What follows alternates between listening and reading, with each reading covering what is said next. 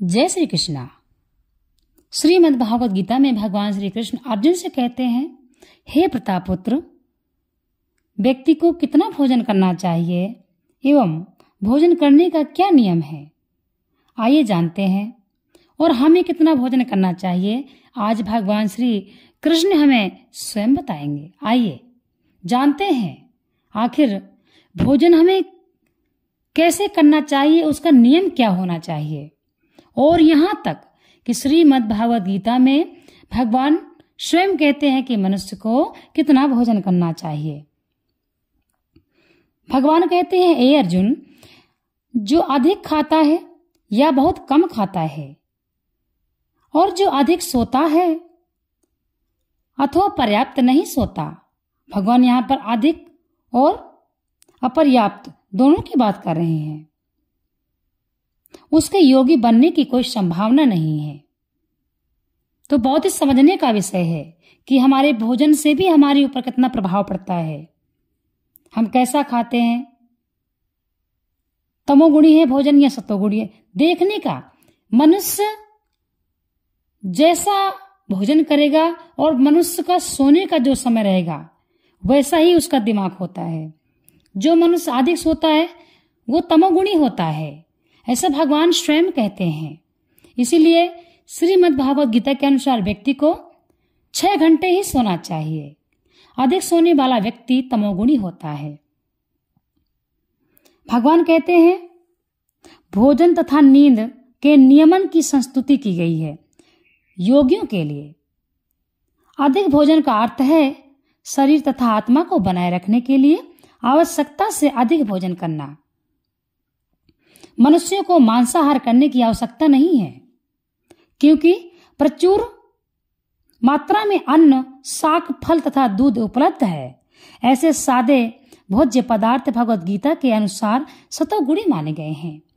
अब ये हमारे ऊपर डिपेंड करता है कि हम सतोगुणी भोजन कर रहे हैं या फिर तमोगुणी। ठीक है, हमें कैसा भोजन करना चाहिए। भगवान कहते हैं, जो लोग मांसाहार करते हैं, मद्यपान करते हैं, धूम्रपान करते हैं और कृष्ण को भोग लगाए बिना भोजन करते हैं, वे पाप कर्मों का भोग करेंगे, क्योंकि वे केवल दूषित वस्तुएं खाते हैं। इसीलिए जो व्यक्ति इंद्रिय सुख के लिए खाता है या अपने लिए भोजन बनाता है किंतु कृष्ण को भोजन अर्पित नहीं करता, वह केवल पाप खाता है। इसलिए जब भी आप भोजन कराइए, जब भी आप भोजन बनाइए तो शुद्ध अवस्था में बनाइए। स्नान करके ही भोजन बनाना चाहिए ताकि हम भगवान को भोग लगा सकें जो भी आप खाते हैं। परंतु इस बात का ध्यान दें, भगवान स्वयं बता रहे हैं कि आप किसका भोग लगाएं, अन्न, शाक, फल, दूध आदि। तमोगुणी भोजन का भगवान को भोग नहीं लगाना चाहिए और हमें स्वयं ऐसे भोजन नहीं करना चाहिए, क्योंकि जो हमारे परमात्मा की पसंद है वही हमारी पसंद होनी चाहिए। हमारे परमात्मा की पसंद जब अन्न, फल, शाक, दूध है तो हम और कहीं क्यों भटके, क्योंकि हमारी आत्मा में ही तो परमात्मा है। हम जो ऐसी भावना बनानी चाहिए कि जो हम खाते हैं, पीते हैं, वह सब परमात्मा के लिए है।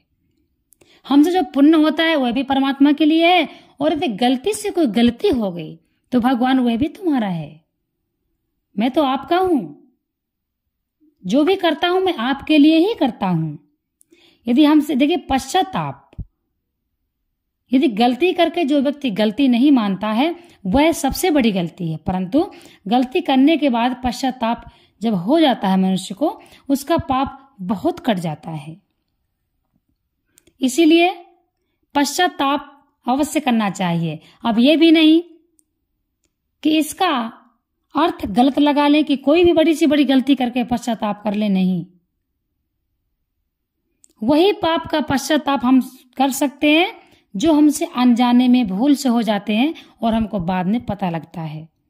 जानकर हम जो पाप करते हैं वह हमें भोगने ही पड़ते हैं। इसीलिए कुछ नियम है, शास्त्रोक्त नियम पढ़िए, शास्त्रोक्त विधि से अपना जीवन बिताइए। हमारा इस लोक में जैसा हमारा कट रहा है, परंतु परलोक तो हमारा सुधर जाए।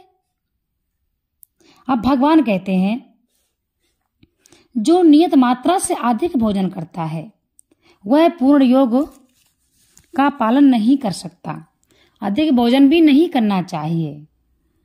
सबसे उत्तम यही है कि कृष्ण को अर्पित भोजन के उच्छिष्ट भाग को ही खाना चाहिए। कृष्ण भावना भावती व्यक्ति कभी भी ऐसा भोजन नहीं करता जो इससे पूर्व कृष्ण को अर्पित ना किया गया हो। अतः केवल कृष्ण भावना भावती व्यक्ति ही योगाभ्यास में पूर्णता प्राप्त कर सकता है। ना ही ऐसा व्यक्ति कभी योग का अभ्यास कर सकता जो कृत्रिम उपवास की अपनी विधियां